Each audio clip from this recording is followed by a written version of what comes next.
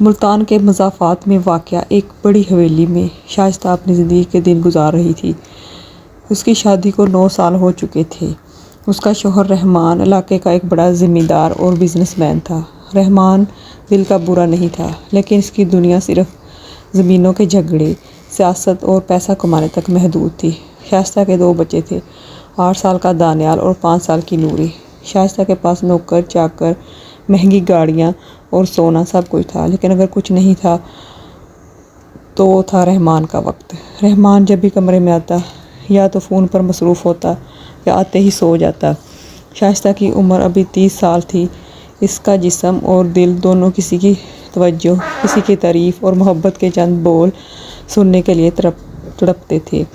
وہ اکثر شیشے کے سامنے کھڑی ہو کر اپنے حسن کو دیکھتی اور سوچتی کہ اس جوانی کا کیا فائدہ جس کا کوئی خریدار ہی نہ ہو۔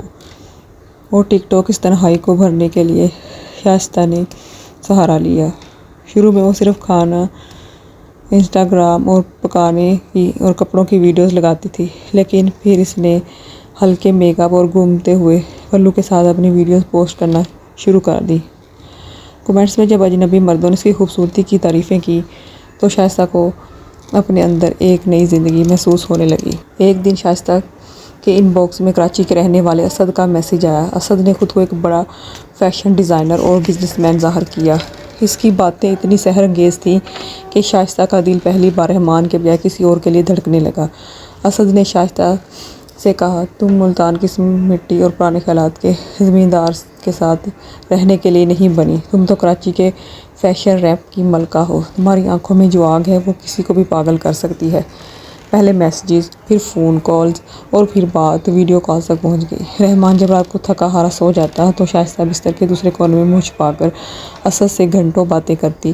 اسد کے کہنے پر وہ رات کے اندھیرے میں اپنے لباس کے بٹن کھولتی، اپنی کمر اور سیکسی جسم کی نمائش کرتی۔ اسد کی شہوت انگیز اور رومانوی باتیں شائستہ کے وجود میں ایک ایسی آگ بھڑکا دیتی کہ وہ سب کچھ بھول جاتی۔ شائستہ، میں تمہارے اس ایک رات اسد نے ویڈیو کال پر کہا، ریشمی جسم کو چھونا چاہتا ہوں۔ یہ زمیندار رحمان تمہاری قدر نہیں جانتا۔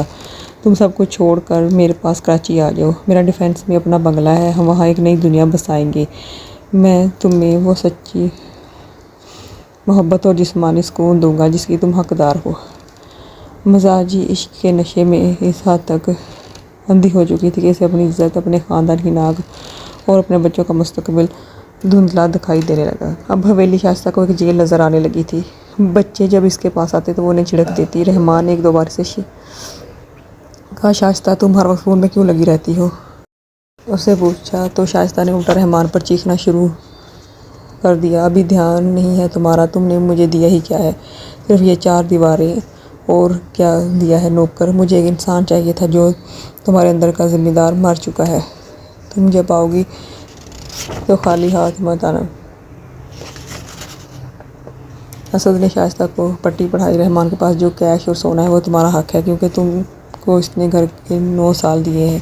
وہ رقم تمہارے کراچی کے بزنس میں کام آئے گی۔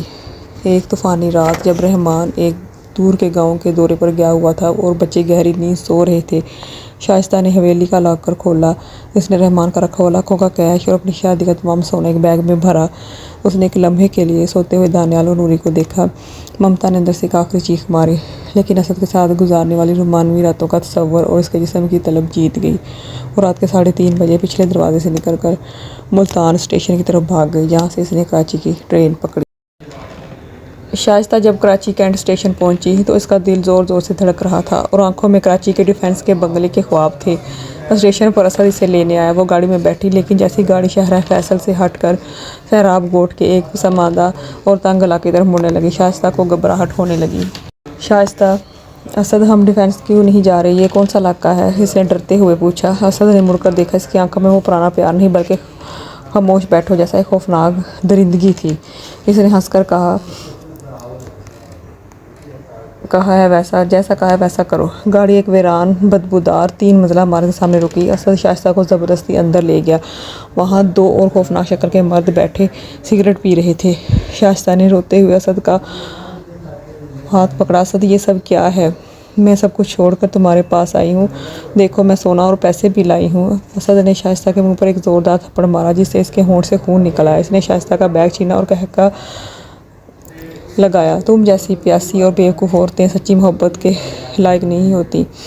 جو عورت 9 سال کے مخلص شوہر اور اپنے سگے بچوں کو ایک غیر مرد کے فون پر بہک کر چھوڑ سکتی ہے وہ کسی کی سگی نہیں ہو سکتی۔ میرا نام اسد نہیں ہے اور نہ ہی میں کوئی ڈیزائنر ہوں، میرا کام تو تم جیسی عورتوں کو جال میں پھنسانا ہے۔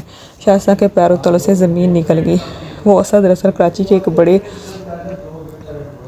پراسٹیٹیوشن، جسم فروشی اور بلیک میلنگ گینگ کا سرگنا تھا۔ شائستہ کا سارا سونا اور رقم ضبط کر لی گئی اور اس کا فون توڑ دیا گیا تاکہ وہ کسی سے رابطہ نہ کر سکے۔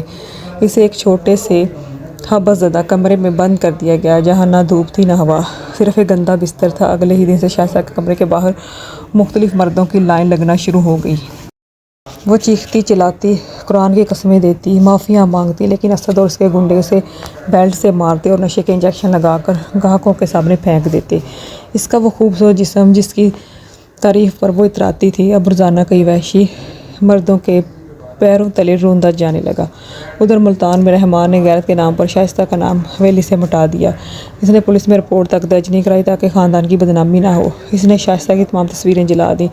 تمہاری ماں مر چکی ہے، نوری اور بچوں سے کہہ دیا کہ دانیال رات کو رو رو کر سوتے۔ نوری اور دانیال رات کو رو رو کر سوتے اور یہاں کراچی کے اس جہنم میں شائستہ ہر رات اپنے بچوں کی پکار سنتی، اپنے گناہوں پر روتی اور بستر پر تڑپتے ہوئے صرف اپنی موت کی دعا مانگتی، لیکن اس کے لیے واپسی کا کوئی راستہ نہیں تھا۔ اس کی چند دنوں کی سستی سنسنی اور ڈیجیٹل عشق نے اس کی دنیا، عزت اور آخرت سب مٹی میں ملا دی تھی۔